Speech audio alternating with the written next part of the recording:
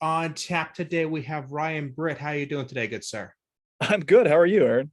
Doing all right. I've just been going through your book, Phasers on Stun, and having a good time with it. Uh, just came out, what, this week?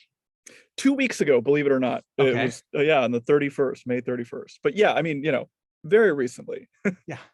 I'm liking it because this is not my first time reading a book about the making of Trek. It's not even my fifth time,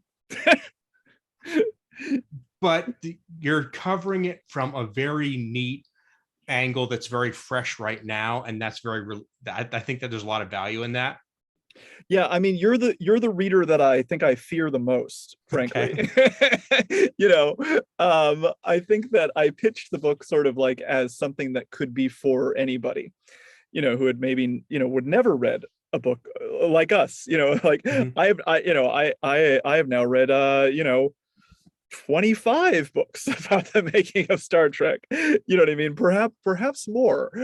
So I think that I wrote it with the idea that a very casual fan could rediscover all those kind of factoids that we're so familiar with. Mhm. But I also wrote it with the idea that someone like you would not be like, you got that one wrong, Britt. Like I think that I've said this before, and I'll just say it again, is that I have a deep respect and admiration for the giants whose shoulders I stand on, which is like Mark A. Altman, Ed Gross, who wrote the 50-Year Mission, which is a double-volume oral history of Star Trek, came out in 2016. Larry Nemecek, who's like this amazing Star Trek historian, or Mark Cushman, who wrote These Are the Voyages, which are the really in-depth books about this. So there's a lot of people that I relied on their work. And what made you want to write this particular book? Well, I think that two things. One, I have been a science fiction journalist professionally for about 12 years. So most of my professional career as a writer, right? I'm 40, so I didn't start getting published till my late 20s. And I started writing criticism and journalism about science fiction. And I'd done a lot of journalism on the news shows, starting in 2016, when like it's announced that Nicholas Meyer is going to be on the writing staff for Star Trek Discovery. I get on the phone with Nicholas Meyer and like, hey, can you give me a scoop for one of the publications I write for, Den of Geek or Inverse or wherever I've been writing for the past 10 years or so. So I've been doing a lot of journalism on the news shows, and I kind of wanted to do something with it other than just you know let it sort of atrophy online. You write something online, it kind of goes away, and you can't really, you put it in a book, you can kind of make it live again. So there was that. And then I just felt like there had never been a book about the entirety of Star Trek for everyone in one volume that also sort of had something very specific to say. And that was, that the radical dynamic revisions and changes of Star Trek are not only the reason why it survived, but extremely shocking when you just sort of pull back and try to compare it to anything else, to compare it to any other pop culture phenomena. And you can't really find something that has radically reinvented itself so often and yet somehow is recognizable as itself. And so I thought that was really interesting. And I was inspired by I'm always inspired by a lot of other nonfiction writers outside of science fiction history. And I always say this, but my favorite writers are like Chuck Klosterman and Rob Sheffield, who write about rock, right? Who write rock books about rock. And there was a great book that Rob wrote in 2017 called Dreaming the Beatles. And I'm a big Beatles fan. I don't know if you like the Beatles or I rock do, very history. much Yeah. so. Mhm. Yeah. So like I love the Beatles, and I can't always read another book about the Beatles, right? And so I remember reading Rob's book, and he's Rolling Stone critic, and he's like one of my favorite nonfiction writers, and being like, okay, so this is going to be another book about the Beatles. And then I was blown away by how different it was. And I had written one collection of essays at that time. And I thought, God, I'd love to do this for Star Trek. I'd love to do like a really fresh, fun, approachable book about Star Trek in the style of these like someone like Rob, in the style of a rock critic, you know what I mean? because I think that Star Trek sometimes is unfairly sort of like, it's science fiction, it's a cult thing, but I just kind of wanted to write about it like it was the Beatles, because it's like the Beatles of TV. It's the Beatles of science fiction, and so I wanted to give it that proper, like, big pop culture, like, take, but also just from my point of view, so that's a long answer to a simple question. I'm sorry. Yeah. Yeah. But when it comes to that point of view, one thing that I've been consistently impressed by, and what I think kind of sets the work apart, is that you do a really good job at not accepting the simple explanations for any of these stories that we've told ourselves over the past 50 plus years. I mean, there's a lot of things that, well, for example, that how they've set the original cast together, or how the show managed to get its third seasons. There are stories that have been circulating and they probably have a nugget of truth to them, but there's probably a little bit of pragmatic views and you're very good at bringing that out. Yeah, and I think that a lot of those stories sometimes sort of contradict each other a little bit, right?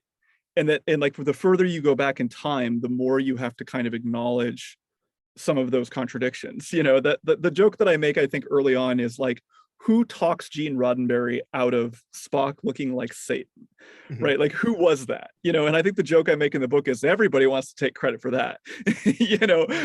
Everyone from Samuel Peoples, who wrote Where No Man Has Gone Before, to Gary Lockwood, to Herb Solo, the producer. Everybody's like, oh no, I was the one who talked Roddenberry out of that. And I think that, like, you see that a lot in the early chapters of the book, like, the idea that Gene Roddenberry pitched Star Trek as Wagon Train to the Stars. And I knew I was going to get in trouble for this in the book. And I've received a lot of emails from friends being like, wow, you really go hard on that.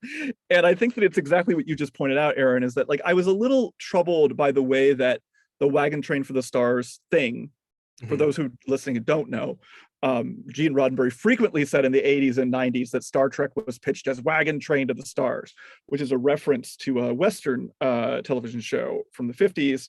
And the idea is that, like, Roddenberry just said this a lot, and so then every Star Trek documentary and every Star Trek nonfiction book was just like, Star Trek was conceived as Wagon Train for the Stars. Like, there are several documentaries that, like, show a man hunched at a typewriter and Wagon Train for the Stars, and I'm like, is this real?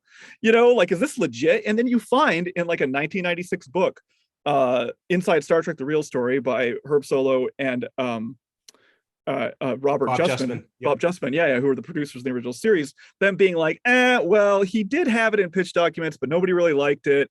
And then you've got Mark Cushman being like, Harlan Ellison said he ripped it off from Samuel Peoples and it wasn't really his coinage. And that then you've got, like, NBC executives being like, he didn't really use it in the pitch meeting that sold the show. So then that's just, like, one thing, right? That's just, like, one example of what you're talking about, of saying, like, okay, let's just, like, push back. It might not be a myth, but the emphasis that's been put on it is perhaps a little bit incongruous, right? Like, with the way things really are. And then you kind of then try to unpack that as far into the future as you can take it. I mean, just from, for example, just to use a very small example, promoting my own show, there are so many times when people ask what's it about, and my answer depends on who I'm talking to, because it's about a lot of things and you can find a lot of things in it depending on what you're looking for. And I can't imagine that Gene wasn't in that position himself many times, just having to say, okay, this person wants to hear about space travel, this person wants to hear about Wagon Train. Yeah, and I think that, like, I stopped short of saying that, like, it's not like Star Trek didn't have an agenda, because of course it did. I think that what's interesting is just that the way that it was sold and pitched to the writers, it's not like Roddenberry walked in to Desilu Studios or to NBC and says, this is going to be a progressive show that's going to push racial and sexual boundaries and really be in your face with he didn't say that. You know what I mean? The show did that, right? The show did that. And I think that that is something that's sort of interesting, because he was a businessman. And I think that it's just really funny that I talk about this a little bit, as you know, in the book, about how he was pitching a show called Police Story with DeForest Kelley, at the exact same time he's pitching Star Trek. And you're just like, gosh, I'm really glad Police Story didn't get picked up. I don't think that we'd be living in a good, or the world would certainly be a worse world. But there's a lot of pragmatic things about the original series. And Walter Koenig said that to me. Like he was like, there was a lot of pragmatic reasons for the way we made the show.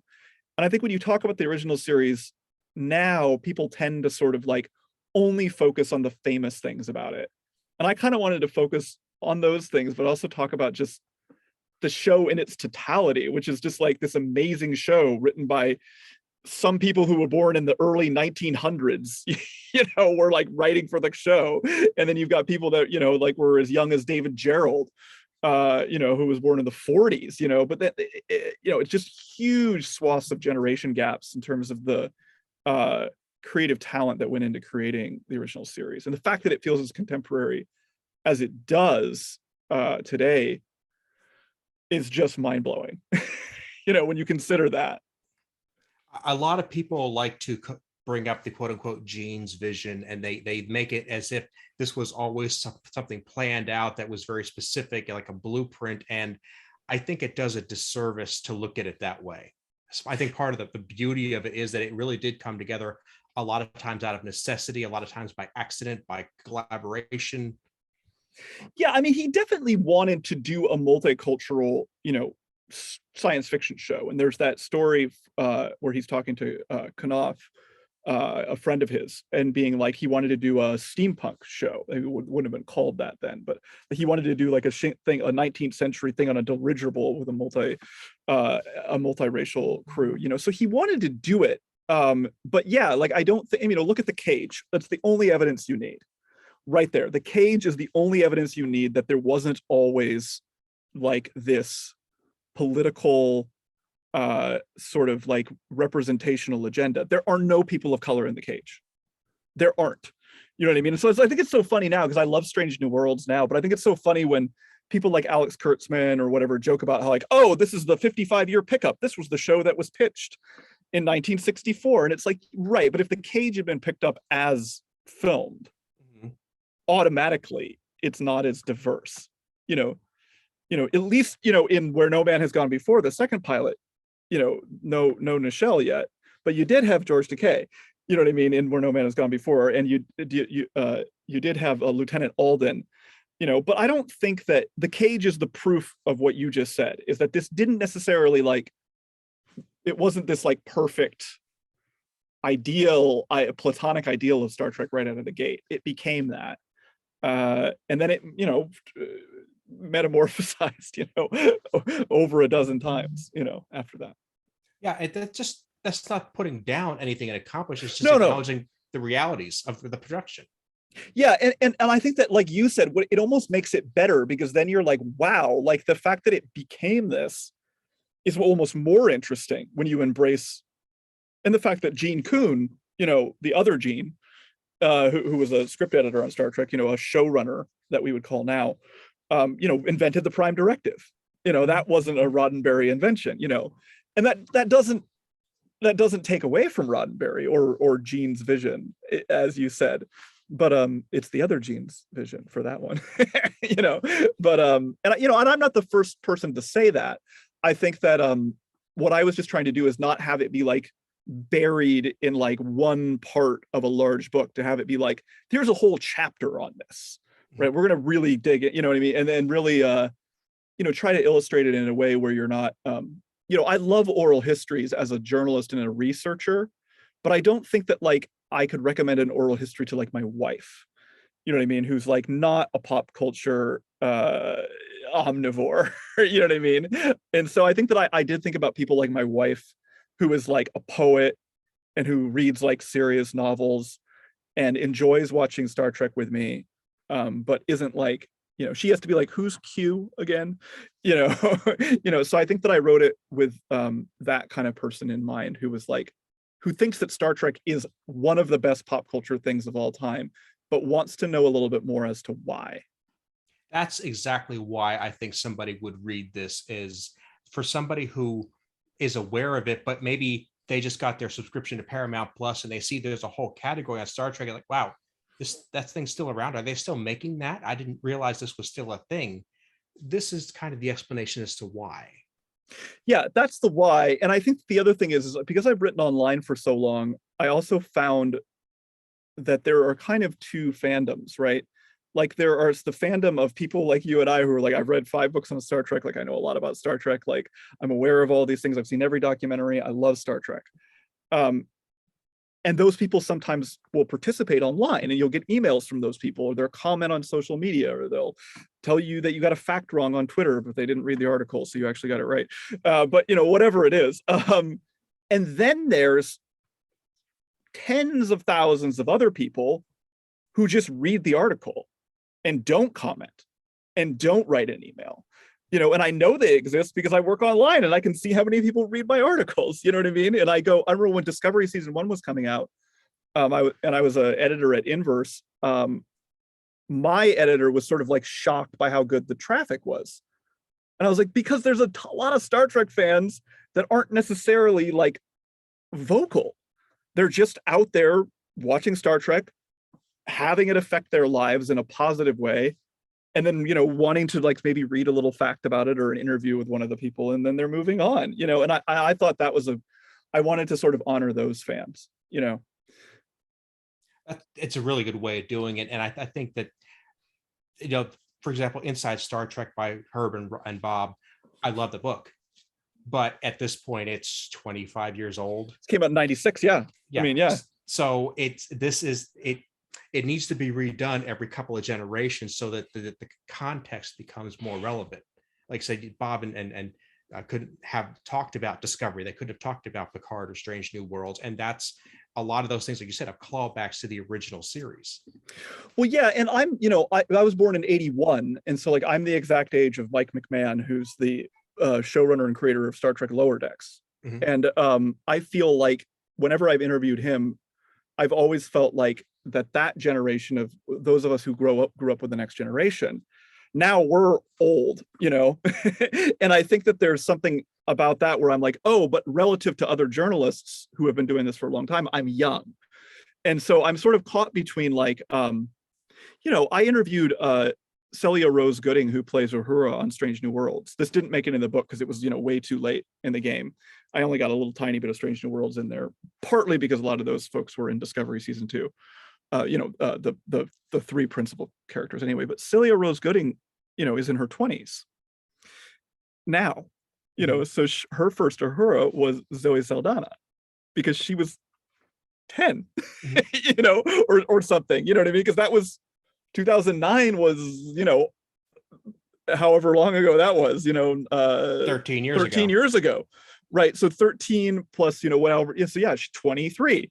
Mm-hmm. You know, so I was like, wow, you know, that really put things in perspective. And I had some writers who wrote for me at Inverse in like 2017 who were in their 20s, and they were like, yeah, you know, this J.J. Abrams movie, I saw that in high school. And I was like, okay. You know, and that was their Star Trek. And so I think that there's a lot of that, we don't really know what that's going to look like in 10, 15 years, but that's kind of where we are right now. And I'm like of this kind of in-between generation where I was like, I remember when Star Trek was on for 18 years, you know, from 87 to 05, from Next Gen to Enterprise. And I remember being like, I was a little kid when it started and I was in college when it ended, you know what I mean? And that was a formative thing on my life. So I think that, that's just sort of informs my perspective. And, sure, you know, in 10 years, somebody else will supplant me, you know?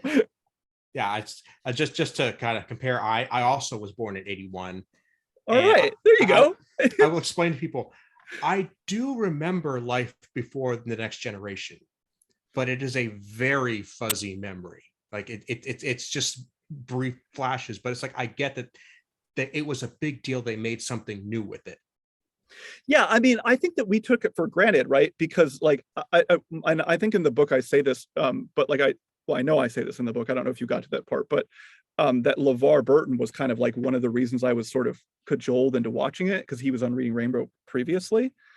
But yeah, and what was that like for you then? Like did you know about Star Trek before you watched The Next Generation? Yes, my first exposure to it was the animated series. Oh, cool. That's interesting. That's my daughter's first exposure. Yeah, specifically the counterclock incident. That's one of the ones she's seen. I love that. Yeah. So, when Robert April becomes, a character, it's like, okay, this is a big deal for me. This is like everything coming full Yeah. circle for me. Recently, so when like when Adrian Holmes as Robert April was on Strange New Worlds, is that what you mean? Yep. Yeah. How did you like that? I did. I mean, Yeah, it's like I said, you're going back to my first exposure to the show. Yeah. So you can't get better for that. I remember watching the I'm a journalist, so I get them a little early, but I remember watching it and having to like go back and being like, wait, did they just say what I think they said? Because he's like says Bob very casually in that first scene where he's like when he buzzes in with the shuttle and comes to get Pike. Yeah, I love that. I love that that casting. I hope that I feel like we're going to see a little bit more of April before the end of Strange New World season 1. I think we are. But it wasn't so much in my mind. It wasn't so much next gen, because if they had only been next gen, it would have always been this discussion of the old Trek versus the new Trek. For me, it was when they made DS9 and it became clear that this wasn't a one-off experiment. This was going to be the plan to iterate this as time went on every few years. When you do something the third time, that becomes an iteration. Well, that's interesting. That's a really good point. I hadn't thought of it that way. I like that. Every when you do something, then it's like that's when it counts. That's a really good point. I like that. Yeah, I think that, well, we would have been tweens, right, by the time Deep Space Nine is happening. And I think that I almost remember that better because I was older and my sort of love of Star Trek had already been like it was complete. Like I remember I almost put this in the book, but I remember going to a Star Trek convention right after in Phoenix, Arizona, where I'm from. Right after Deep Space Nine came out. And do you remember when they used to do this at conventions where they would do like these cool sort of music videos, where they would do like music video montages? They'd take like a really popular song and anyway, they did what they would do, like it would be like Bones, and they would have like Robert Palmer's Doctor, Give Me the News, I Got a Bad Case of Loving You, and it'd be like a Bones music video, and it would be great. So they did one for Deep Space Nine, and it was Fleetwood Mac's Don't Stop Thinking About Tomorrow. And I'll never forget it because I remember it just being like, it was this, they just, it was like there had been a handful of Deep Space Nine episodes out at that time, like maybe like 10. It was like, summer of 93 or something. I guess the first season had mostly been out at that point. But I remember being really like, feeling like it was going to just keep going. And that Deep Space Nine was so different, and being challenged by that as a child. I would have been 12 in 81, 90, 91, 10. Yeah, 12, 13. So I remember being really like, oh, like Picard and Sisko don't get along. They're on a space station. But I just like, I've rewatched Emissary recently, and I think it's the best series premiere of any of the shows, because it's really like, it sets it up really well. And it paradoxically has this like in the weed, and I say this in the book, but like this really in the weeds cold open where it's like, okay, it's season 4 of The Next Generation, Picard's a Borg, deal with it, and they just like start in that flashback, and then they bring us to the present, and it's a couple years later and Sisko's taking command of Deep Space Nine. But it's a really self-contained wonderful premiere, and it does tell you a lot of what you need to know about the show. But I remember that. I don't know, for you, were you as jarred by DS9 as I was as like a tween? I was, but for me, DS9 was the first chance I had to watch a Trek show from the beginning. That's true. I was I spent my first, exposure after, watching the animated series. I saw some movies, then it's like, okay, I watched the original series and Next Gen, both in reruns, trying to play catch up, watching them out of order. DS9 was my first chance to watch it from the first episode, and that became my favorite Trek for that one of those reasons. I mean, there's other reasons as well. Yeah, I remember that too, because I mean, with next gen, like my memories of like it were hazy until like season 3, and that's when I felt like we were like taping it, every week. And I remember being allowed to stay up late to watch Best of Both Worlds with my mom, so like, and then after that, like it was like but yeah, I don't, Deep Space Nine though, you're right, it was the first one. I was the same, I watched it from the beginning. And then yeah, you age a lot, from 12 to 7 years later, then you're like in high school, that's a different thing. Yeah, and you're probably having the same experience as I was, where that final episode airs like a week after your graduation. I think that I graduated in 2000, and What You Leave Okay. Behind aired in 99, right? Yes. Yeah. I remember watching, like, yeah, whatever was happening in Voyager was my senior year. Because Voyager was the first show that took us into the 21st century. But I remember a year later watching, being in college, but like being at community college and not really knowing what I was doing with my life, and watching Endgame, with like a bunch of friends and family, the Voyager finale, and being like kind of sad, because I love Voyager too. But yeah, I mean, I never really, yeah, it's fun that I love that we're the same age. That's such an interesting. I don't find that as often as you'd think. Interesting. Yeah. I do like to compare notes on how people find things and what their experiences are, because when people really get into something, it doesn't have to be Trek. It could be whatever they're truly into. Doctor Who, that has a big following, Star Wars, what have you. What they're into and what's going on in their life is always as important to the story as what they just got into. That's a really good point. I really like that. I have an essay in my first book, which was 2015. Book's called Luke Skywalker Can't Read, but there's a lot of essays about a lot of different franchises in there. And I have it's more personal essays that, the Phrases on Stun is a very kind of straight ahead, um, history book with a very, I use some of my memoir skills in it. But I have an essay in my first book about Doctor Who sort of pulling me out of a depressive period, because I feel like Doctor Who was like Star Trek when Star Trek wasn't on. Mm-hmm. You know what I mean? Like in 2005 is like when Doctor Who comes back, right? Russell T Davies. And that's when Enterprise ended. And there was nothing, you know what I mean? And then, 9, you had the movie or whatever. But I feel like Doctor Who is like the only other. I was just thinking about this today because I was really excited for the next sort of iteration. I was thinking about all the Doctor Who. I haven't been able to cover it as much as Trek, but I probably wouldn't have become a science fiction journalist if it weren't for Doctor Who. Because like that was some of the first things I covered in New York when I was a journalist, was to like cover the new Doctor Who premieres and interview the actors and stuff like that. And yeah, and I know that those guys have a great affection. A story I almost put in my book was sitting with Mark Gatiss, who's a writer on Doctor Who, co-creator of Sherlock, who of course played Mycroft in the Benedict Cumberbatch Sherlock show. And we were sitting, and you'll love this, we were sitting in the Museum of Moving Image in Astoria, New York. And they had these cartoons playing behind us in this part of the museum, and it was the animated Star Trek. And I'm supposed to be interviewing Mark Gatiss about an episode of Doctor Who he wrote for Peter Capaldi's second season. So this would have been 2015. And we just start talking about Star Trek, me and Mark Gatiss. And we talked about Star Trek for like 10 minutes before the interview began, and him talking about how much he loved the animated series and how much, what his favorite iterations were. And Discovery was sort of like a rumor at that, people knew that a new Star Trek show was coming. But yeah, I mean, I think that it extends in amazing ways. To roundabout to what you were saying is that, like, I think that what I like about Star Trek is there's so few shows that where you can compare it to, in terms of it's just sort of like how upbeat it generally is. I'm loving the new Obi-Wan Kenobi show, but it's a bummer. And I just, and I'm not saying Picard season 2 wasn't a bummer, because it was.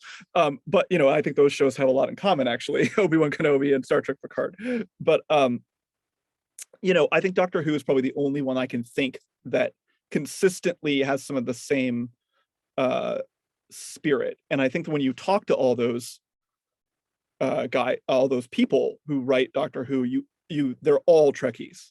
Not all Trekkies are Doctor Who fans, but all Doctor Who fans are Trekkies or something. I don't know. Fair. Maybe.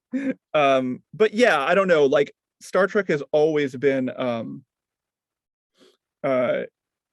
yeah, I mean, I just think that when I was in elementary school, it was a guide to how to manage my feelings, I guess, and I felt that way throughout my adolescence.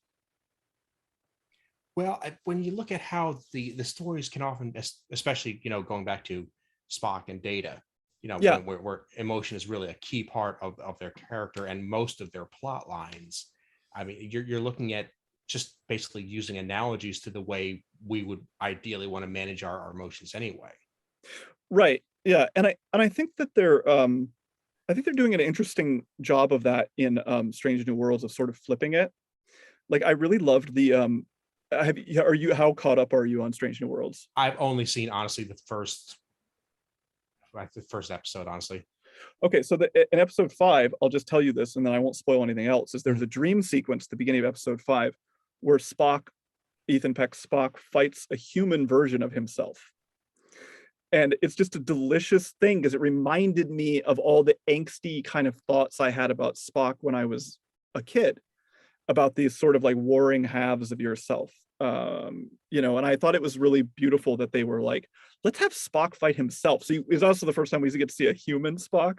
This is like the first 2 minutes of the episode, so it doesn't ruin anything. Yeah, I'm not super worried about it. Yeah, but I thought that idea really spoke to what you just said, of the idea of like managing your emotions becomes this kind of like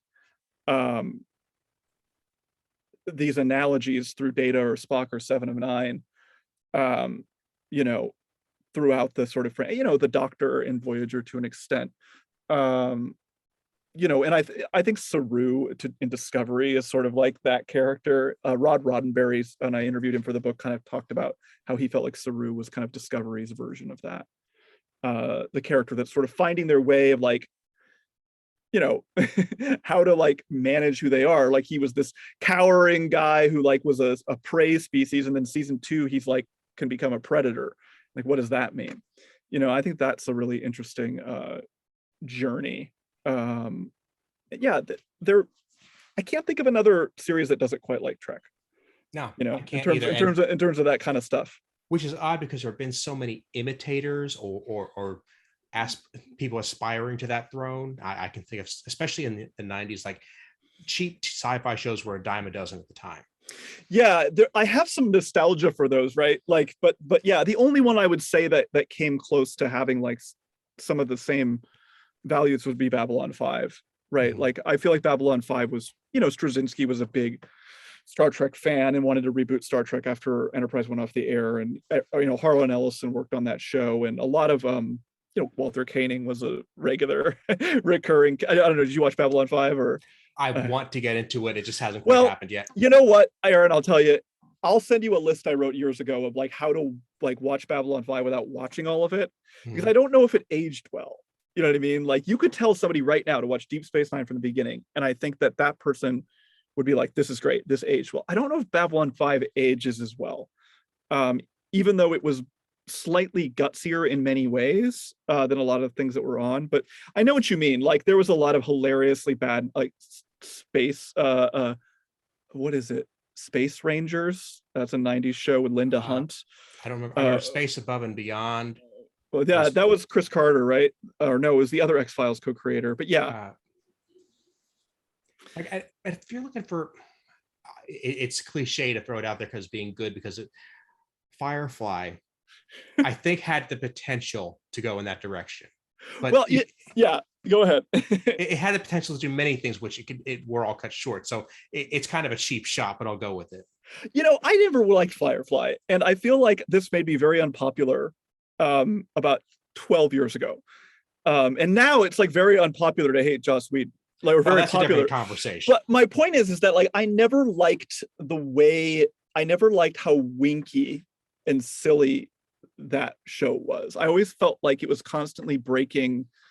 I don't know. I never liked Firefly. I know that's not fair. And I know you don't like it. I don't like it. I didn't like it. I think I felt like you. I felt kind of like, or maybe that's not quite what you were saying, but I've always felt like I just want a new Star Trek show, and this feels like something else, But yeah, like I don't really watch the Orville, and I know a lot of, and the Orville's not in the book. And I know a lot of people love the Orville, and maybe if I do a paperback edition, I'll do more on the Orville, but I don't know. There's something about the Orville that I haven't been able to get into. And so I, even saying that, I used to review the Orville for Den of Geek, and I stopped because I didn't enjoy the emails I received from Orville fans, even when I said nice things about it. All the Orville fans, people tell me, they're like, "Oh, it's such a great show." My thought is, if it's so great, I will keep it aside for a rainy day. Yeah, I want to be diplomatic about this because I think that I could completely change my tune on this. but I think that I've just like, the Orville is one of those weird ones where I'm just like, right, but it, like, at least with like Pandora, right, like Mark Altman's show, where people were like, this is Star Trek with the serial numbers filed off. It's like, yeah, but at least he was like doing something a little different. Whereas with the Orville, it's just like, it's so blatant that it's just hard for me to get past it. At least like Sequest, it was underwater, you know, and there was some Star Trek writers on it, you know, and I know there's a ton of Star Trek writers in the Orville, and people always say that, well, Jonathan Frakes directs it, and Brandon Braga is a showrunner, and all that, and all that is true. And what I've seen of the Orville, I've liked okay, you know what I mean? But there's something about it where I just don't believe it. And that's a strange thing to say, because like, you know, there are absolutely ridiculous episodes of Star Trek that break your sort of suspension of disbelief. It's kind of one of the things you're having to go into in the book, is that you have to make it a little different to make it the same. Yeah. I don't know. I mean, I'm basically doing what you asked, is sort of speaking off the cuff and having a conversation. Maybe I was afraid to really get into the Orville. You know, I also didn't write about Galaxy Quest, and I went back and forth with my editor about that. And I think that that's what it is I know that the Orville is serious and has become more serious, but I think I still consider it a spoof. And in the way, in a good way, you know what I mean? Sure. Or a dramatic parody. You know, and I think that in that way, I was like, if I start doing parodies or I start doing that, then I have to like have a whole other chapter on that. And then what's that about? You know, and my editor at Penguin, we went back and forth on how much we were going to do Galaxy Quest. And I ended up just not doing anything, because I was just kind of like, I've interviewed the director of Galaxy Quest numerous times, and Rainn Wilson was in Galaxy Quest, who's later in Star Trek. And, you know, but I was just kind of like, so that's my defense for not having the Orville in the book, because I also don't have Galaxy Quest in the book. And I love Galaxy Quest. I love Galaxy Quest, you know. I do too. And you don't have to defend that to me, because I think either way, just sticking to the core show is probably the best way to go. Yeah. I just know there's a lot of folks on the internet who I hope buy my book and hope get where I'm coming from, and who I like their point of view. I know a lot of those folks will be like, but the Orville's a Star Trek show too. And I'll be like, I hear you, but it's not. Sure. But I want them to buy your book too. Where can they find it, and where can they follow your adventures? Oh yeah, I mean, my book should be available in most regular bookstores. So a Barnes and Noble, a Books A Million, your local independent bookstore. But you know, if you want to get it on Amazon or barnesandnoble.com, that's great too. But yeah, I would really encourage people to get it from their local bookstore. My editor tells me that this book is interestingly doing better at in-person retailers than online. And that was sort of a flip from my first book. And I was really gratified to hear that, because I'm a former bookseller. I worked in bookstores my whole life before I became a writer. You know, like my first job at 17 was at Barnes and Noble. And I was hired because the manager was a Star Trek fan. You know what I mean? And, you know, we used to play the Star Trek customizable card game. You know what I mean? And then the Star Wars one too later, you know. But the Star Trek one came first. But yeah, that's where, and then, you know, I write for Inverse weekly, you know, and I write for Den of Geek. I have an article with Den of Geek coming out tomorrow about the latest Strange New Worlds. Yeah, and then I write for Fatherly. I'm an editor there. So yeah, that's where you can follow me. And then I'm writing a book about Dune right now that'll come out next fall. I'm gonna make sure. Go ahead. But I'm saying I have 15 more minutes if we want. We can keep talking. Well, I just want to make sure, because I'm going up against my time crunch here. Okay. I want to make sure all that gets put in the show notes on my website, aaronbostic.com. And I want to thank you so much for being here. And I would like to have you back anytime. Thank you, Aaron. This is a pleasure.